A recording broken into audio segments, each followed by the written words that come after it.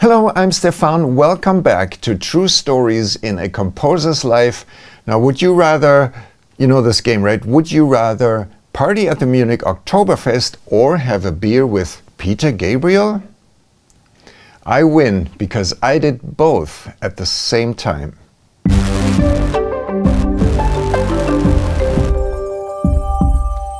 In 1992, Peter Gabriel released Us, the follow-up to his blockbuster album So, and following the release he went on a tour, not a concert tour but a promotion tour for press and media with a stop in Munich, Germany, where I was living at the time.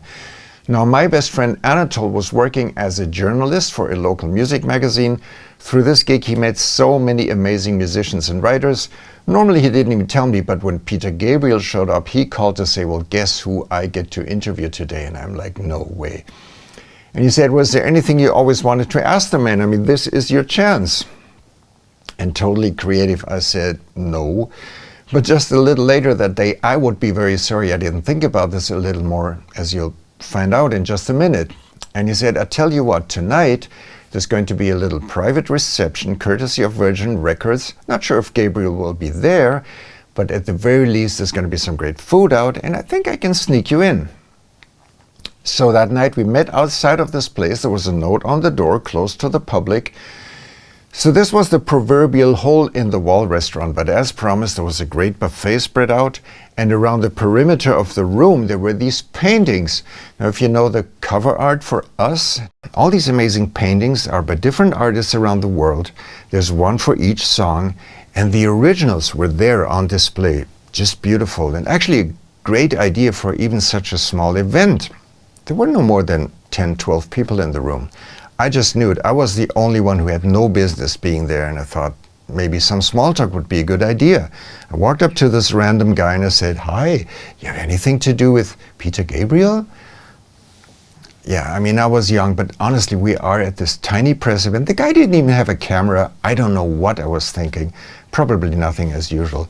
But the guy was totally cool, and he said in a British accent that I can't do, yes, as a matter of fact, I am his manager. I decided to shut the hell up for the rest of the night. I walked away and stuffed my face, courtesy of Virgin Records. And after a while, the door opened, and who walked in? Peter Gabriel, looking very spiffy in a purple suit and matching lightly tinted purple shades. Apparently he knew half the people in the room, and as for the rest, he assumed everybody was there for a good reason. He started shaking hands with everybody.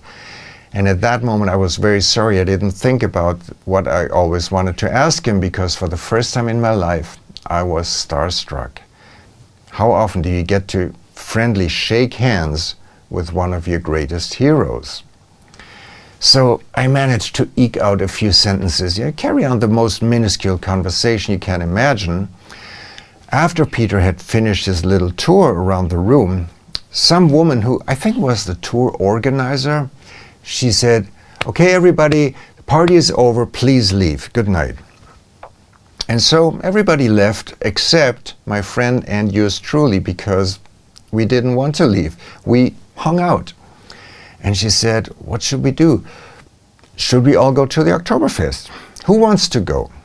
Now, Oktoberfest was just across the street from this place. It was actually after 10 p.m., so they closed at 10, but the very first beer hall as you come in the main entrance, it used to be called the Hippodrome, now it's called the Marstall.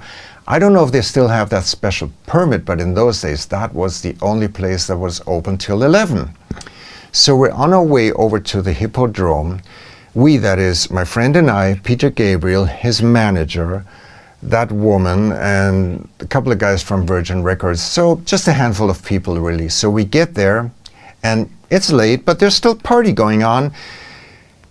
We find an empty table. I get to sit right next to Peter Gabriel until one of the Virgin Records guys catches up with us, and he like shushes me away like a dog, really. I mean, he wanted that spot, right? So, okay, I moved over. I wasn't supposed to be there in the first place. We order some beer, and I vividly remember Peter Gabriel watching the band. I don't know if you've been to Oktoberfest, but all the beer halls, they're huge, right? There's 10,000 people in there, so the Hippodrome is a little smaller, but it's still a big hall. All the halls have live music and the bands are sort of in the center of the space, quite high up on the stage, so people can see them from anywhere. And he watches them, he's like glued to this group, and they're playing all these Bavarian polkas, right? And after at least a full minute of this, he says, yeah, that's world music. I guess you had to be there. I thought it was the funniest comment if you think about how he uses world music in his recordings, right? So anyway, we sit there and chat, drink beer. Actually, it turned into quite a fun evening. Now, out of the corner of my eye, I saw this professional photographer walk by. Obviously, they don't do that anymore because everybody has a camera in their pocket now. But in those days, they were walking around trying to sell you photos. So I'm waving, yeah, over here. So she comes over, she points a camera, says, smile. I said, no. I want everybody, my friend and the whole group in the shot. And she says, no. I'm just taking a picture of you. So smile. I said, no, forget it. I'm not interested.